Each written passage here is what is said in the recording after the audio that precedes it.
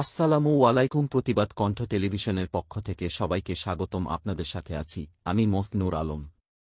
দিনাজপুর বোচাগঞ্জ ৩ আসামির বিরুদ্ধে ২টি মামলায় ওয়ারেন্ট জারি, গ্রেফতারি পরোয়ানা ও সমন জারি হওয়ার কারণে আসামিরা পলাতক। আপনাদের সকলের কাছে একটি গুরুত্বপূর্ণ অনুরোধ রইল।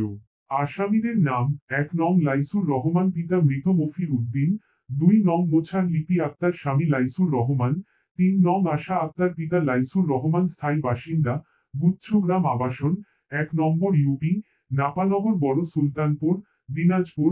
নিজ স্বামীর ঘর থেকে ১৬,০৯,২০০ টাকা নিয়ে ৩ কন্যা সন্তানকে ফেলে রেখে পালিয়ে গেছেন।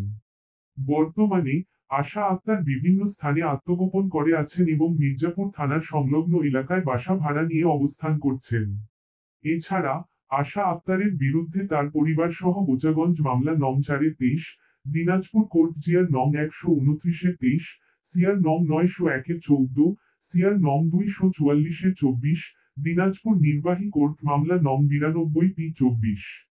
২৪শে মার্চ ২৫ ইংরেজি তারিখে সমন জারি হয়েছে। ২৫শে মার্চ ২৫ ইংরেজি তারিখে ৩ জনের বিরুদ্ধে ওয়ারেন্ট জারি হয়েছে।